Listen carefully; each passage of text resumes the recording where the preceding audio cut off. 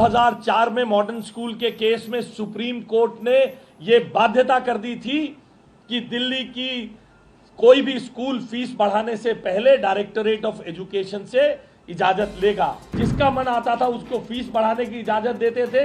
Under the table कौन कौन लेता था इसकी जांच हम करवाएंगे। मैं आपके रिकॉर्ड पर बता रहा हूं, हम किसी भी तरह की अनैतिक बढ़ोतरी नहीं होने देंगे। ये मैं आपके समक्ष दिल्ली की जनता को आपके माध्यम से बताना चाहता हूं। 15 करोड़ रुपए का घपला करते हुए स्कूल पकड़ा गया। कैसे उन लोगों ने स्कूल्स को ब्लैकमेल करके आपके परिवारों के बच्चों से पैसे वसूलवाए और अपने खजाने भरे। इन सब ने जो स्कूल गलत पढ़ता जाएगा, पकड़ा जाएगा, उसको बख्शा नहीं जाएगा। अब मैं तथ्यों के साथ आपके समक्ष कुछ बातें रखना चाहता हूं। दिल्ली में 1677 प्राइवेट स्कूल हैं। इनमें से 335 सरकारी लैंड पर है, जिनके लिए 1973 के दिल्ली स्कूल एक्ट के अनुसार उनकी लैंड में यह कंडीशन है कि उन्हें राज्य सरकार से अनुमति लेनी है। और 114 स्कूल ऐसे हैं जिनको अनुमति लेने के लिए कोई बाध्यता नहीं है, मगर 1677 स्कूल हैं। आज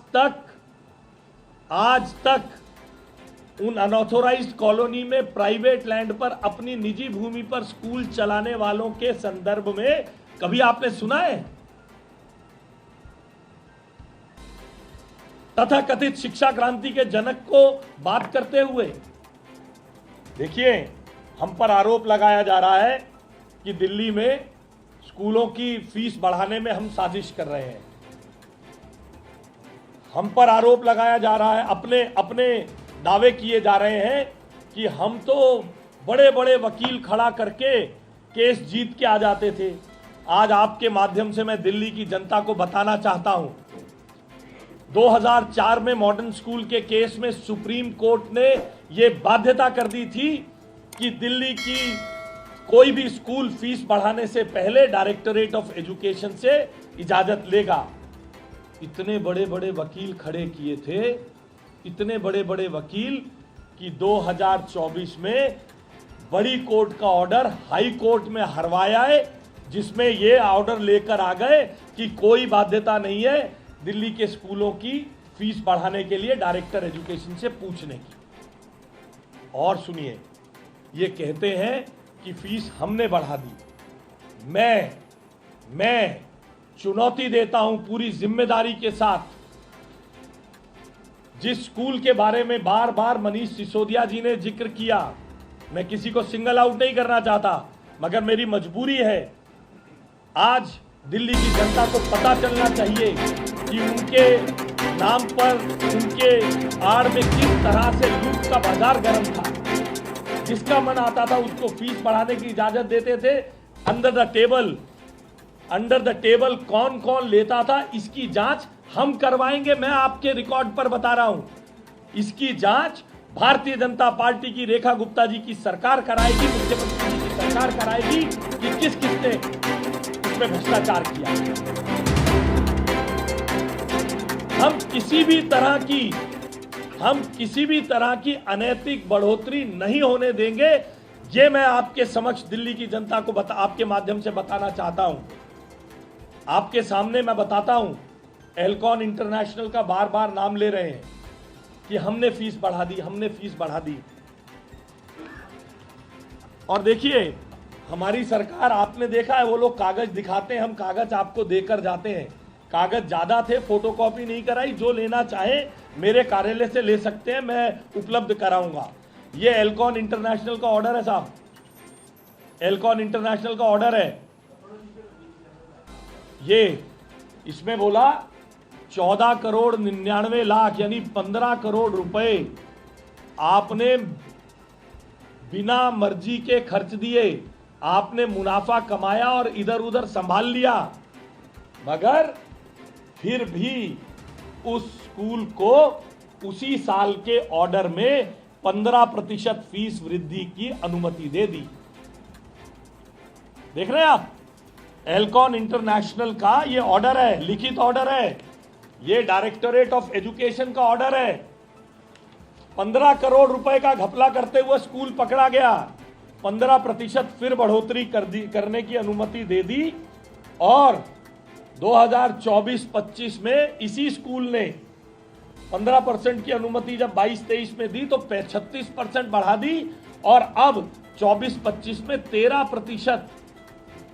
13% फीस एल्कॉन स्कूल ने बढ़ाई। सरकार शिक्षा क्रांति के जनक और बड़ी बड़ी बातें करके चुनौती देने वाली आतिशी मरलीना जी की थी, वो मुख्यमंत्री थी 24-25 में। फीस बढ़ गई, ऑर्डर में 15 करोड़ रुपए का घपला पकड़ा गया, फिर भी फीस बढ़ गई।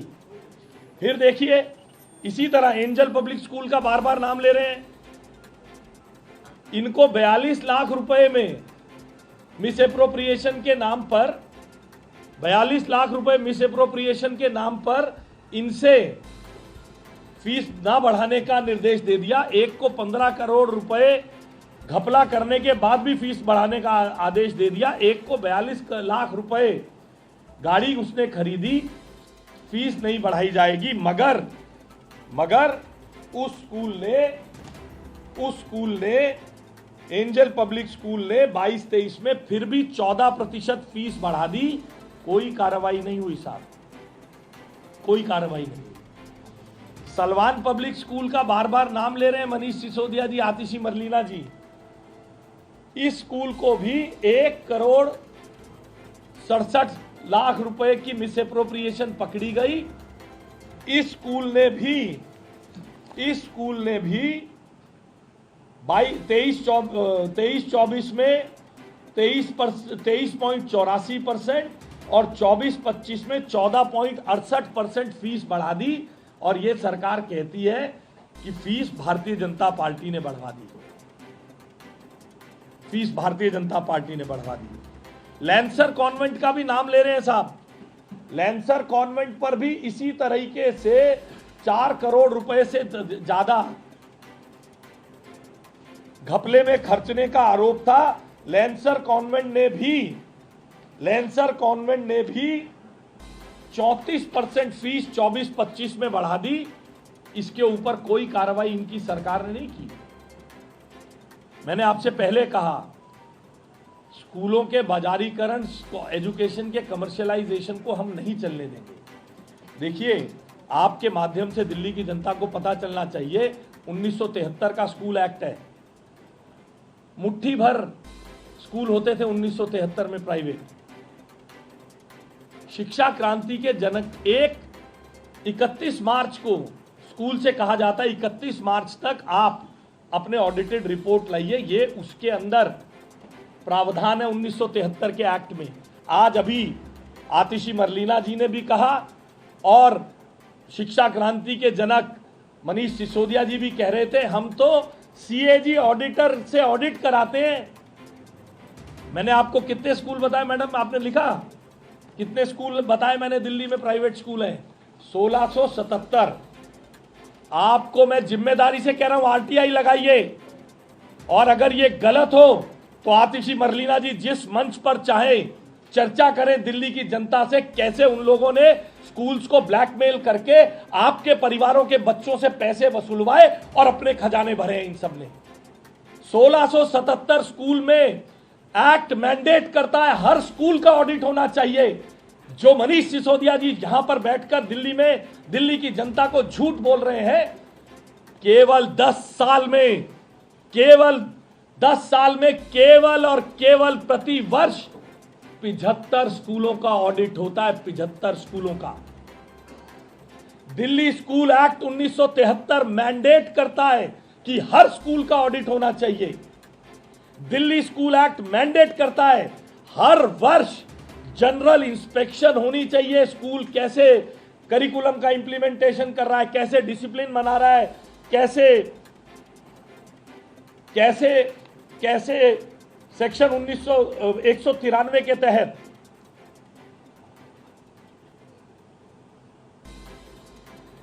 उनकी इंस्पेक्शन होनी चाहिए। इंस्पेक्शन का कोई रिकॉर्ड नहीं है। जो ऑडिटेड अकाउंट होना चाहिए जमा 10 साल का शिक्षा विभाग के पास, आप किसी स्कूल को रोकेंगे तो कैसे रोकिएगा? पिछले 2 साल की ऑडिट रिपोर्ट होगी, इस साल की ऑडिट रिपोर्ट होगी, तब जांचिएगा ना ये स्कूल प्रॉफिट कमा रहा है या नहीं कमा रहा। मैं पूरी जिम्मेदारी से दिल्ली की जनता को बता रहा हूं, 10 साल का कोई ऑडिटेड अकाउंट किसी स्कूल का शिक्षा निदेशालय के पास जमा ही नहीं है। ये शिक्षा की देखरेख कर रहे थे ये लोग। इन्होंने कोई ऐसी व्यवस्था नहीं खड़ी की, केवल जैसा अन्य चीजों में आप देखते रहे हैं, यहां से चाबी घुमाई, थोड़ा सा घेरा घोटा और दूसरी तरफ से उनको अनुमति दे दी और अपनी उल्लू को सीधा कर लिया। क्या दिल्ली की सरकार ने कोई, ये कहते हैं हमने रोक दिया, हमने रोक दिया, हमने रोक दिया, क्या दिल्ली की सरकार ने ऐसी कोई पॉलिसी बनाई थी जिससे फीस बढ़ने से रोक सकते? कितनी बढ़ेगी इसको तय कर सकते? 10 साल में 1973 के एक्ट को बदलने के लिए एक बार कोशिश हुई, जब केंद्र सरकार के पास ऑर्डर गया, केंद्र सरकार ने 20 कानूनी सवाल पूछे, लेकर भाग गए, क्योंकि पर्पस था लोगों को डरा धमकाकर उनसे रिश्वत ऐंठने का पर्पस था। आज हम 50 दिन पुरानी सरकार हैं। मुख्यमंत्री जी के आदेश पर पहली बार, ये देखिए इतना बड़ा बंडल है, जिसको चाहिए होगा मैं दूंगा। ये 2023 से डीपीएस द्वारका का जिक्र ये इन लोगों ने किया। इतनी सारी शिकायतें हैं इन लोगों के पास, ये अखबार की क्लिपिंग्स है का इतना बड़ा 50 पेज का बंडल है, 50 पेज का बंडल।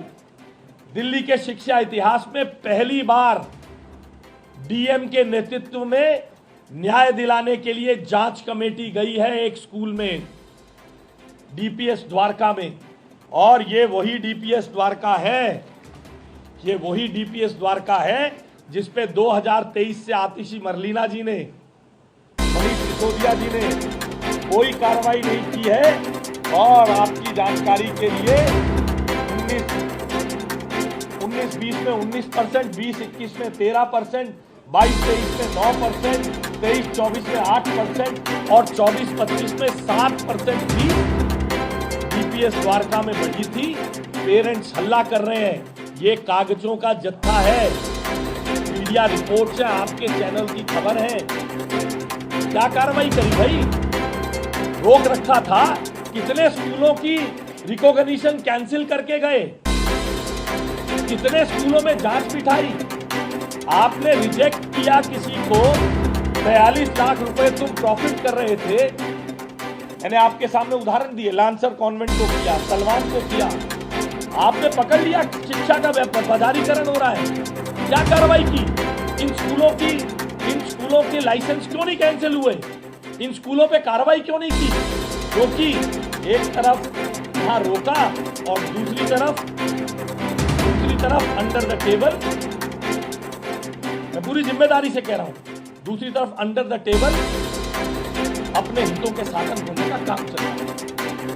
मुख्यमंत्री जी के नेतृत्व में भारतीय जनता पार्टी की यह सरकार कमर्शियलाइजेशन के खिलाफ है। नियमित ऑडिट, नियमित इंस्पेक्शन की व्यवस्था हुई है। पहली बार एसडीएम के नेतृत्व में हर स्कूल में 1677 स्कूलों के ऑडिट रिपोर्ट लेने के लिए हर जगह से इस कार्रवाई को सुदृढ़ करने के लिए मुख्यमंत्री जी ने एसडीएम को निर्देश दिए। कमेटी बन के जाएगी, 18 सवाल का जवाब हर स्कूल से लेकर आएंगे। जो स्कूल गलत पढ़ता जाएगा, पकड़ा जाएगा, उसको बख्शा नहीं जाएगा, फीस भी वापस होगी। मगर इस तरह से एडहॉकिज्म से मुख्यमंत्री रेखा गुप्ता के नेतृत्व वाली सरकार में नहीं चलेगा।